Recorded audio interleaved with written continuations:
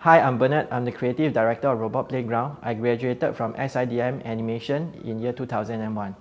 What I do daily in the studio is basically to work with the team here in terms of getting the creative direction, the art direction and requirements for different projects. Another side of what I do daily is also to make sure that we keep to the schedule. Of course, on the business side, we talk about budgets and a little bit of administrative stuff. For example, career advancement for the artists and the current trends in the industry. And from there, you really have to be a little bit more nimble and spontaneous to react to what is needed in the industry. What I enjoy most is to be able to bring all these talented people together and make them work hand in hand, enjoy themselves and create the end product.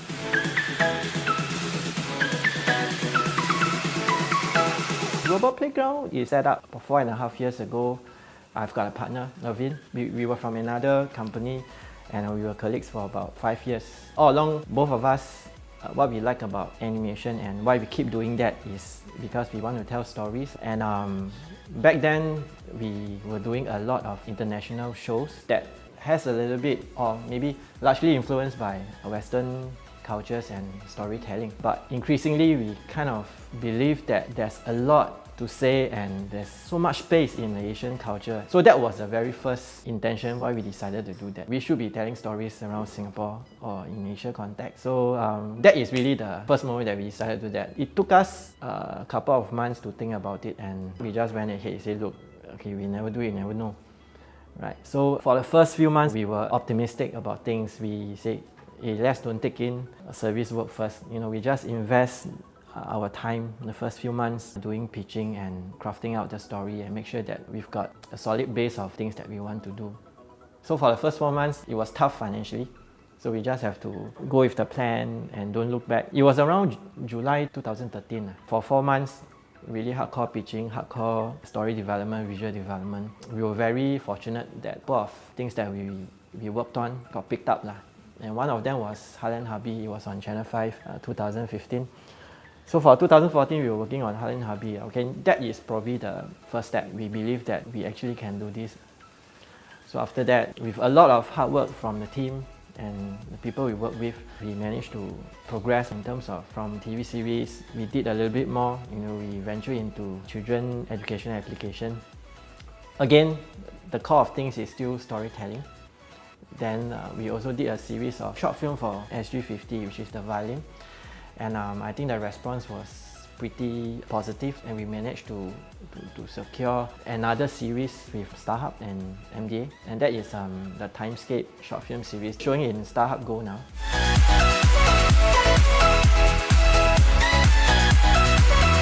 Okay, most of the time I looked at NYP first. I believe that the quality of the students is there and that is always the first criteria. But being an alumni, you feel a little bit not really obligated, but that sentiment is there.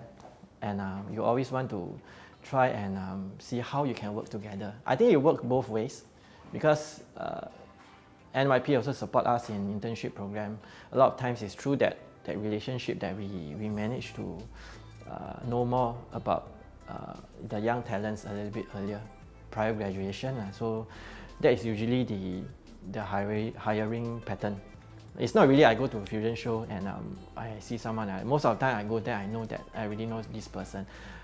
There's a couple of times we already hired that person before fusion. Yeah, so I thought that kind of relationship is really healthy and so far I think it works for us. I hope it works for NYP as well.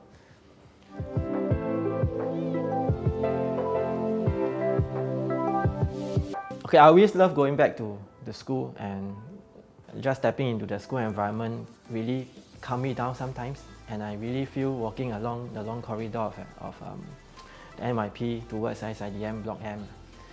So very fortunately, I've been doing adjunct lecturing in an animation course for the past 8 years.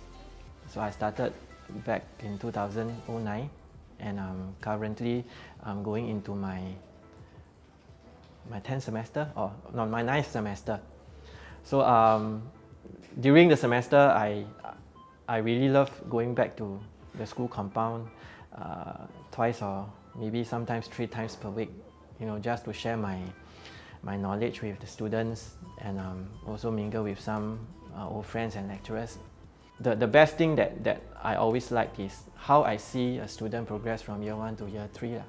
Be it the skill set has improved, or as a person, they actually grow up. I think that period of time is really precious in our life. It's when we grow up, for better or worse. So that is one of the reasons why I always think that teaching has been a very important part of my life now. And it's just to help people in their skill sets, what to do in the future, and to mentor them into the next phase of life.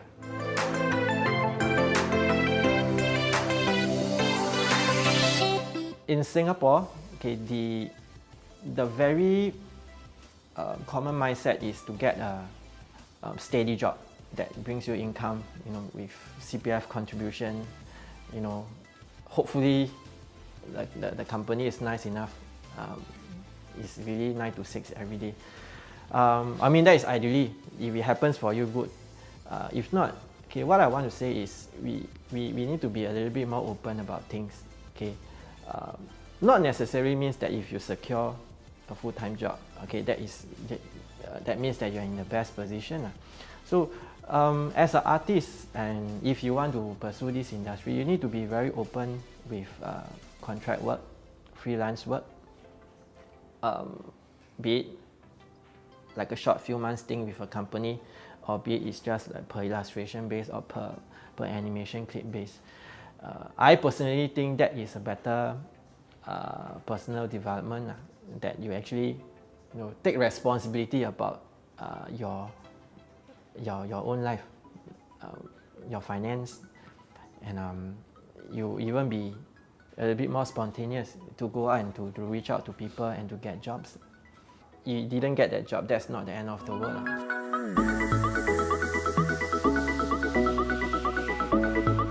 Joining SIDM has definitely helped me in many ways.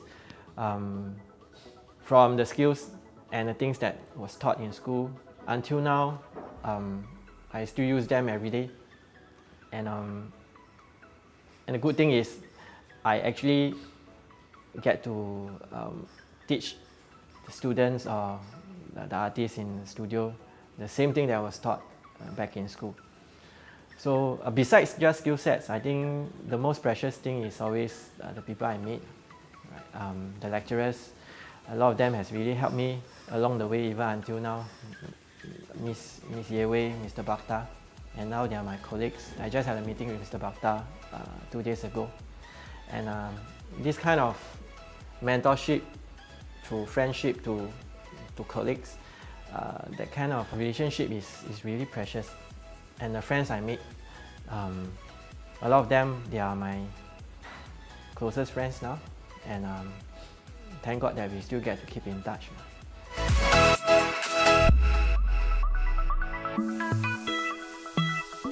Moving on from here is really to try our very best, to make the film that we dream of for so many years, which is telling Asian related stories. In this case, we are developing a film set in Malaya and Malaysia, Singapore during the World War II period. So that is really the plan for now, from a company point of view. For myself, making a film is really one side of things. I also wish that I get to develop more content and for younger kids, like the preschool, the nursery and the toddler age group. I think because maybe I'm a father of 2 young boys, that's why that is really close to my heart. I really want to help develop content, again using the storytelling mechanism for the age group, and hope that I can develop a series of content around helping kids with language, motor skills, moral teaching, and so on and so forth. There's so many things to teach. So these are the 2 things that I'm really focusing on now.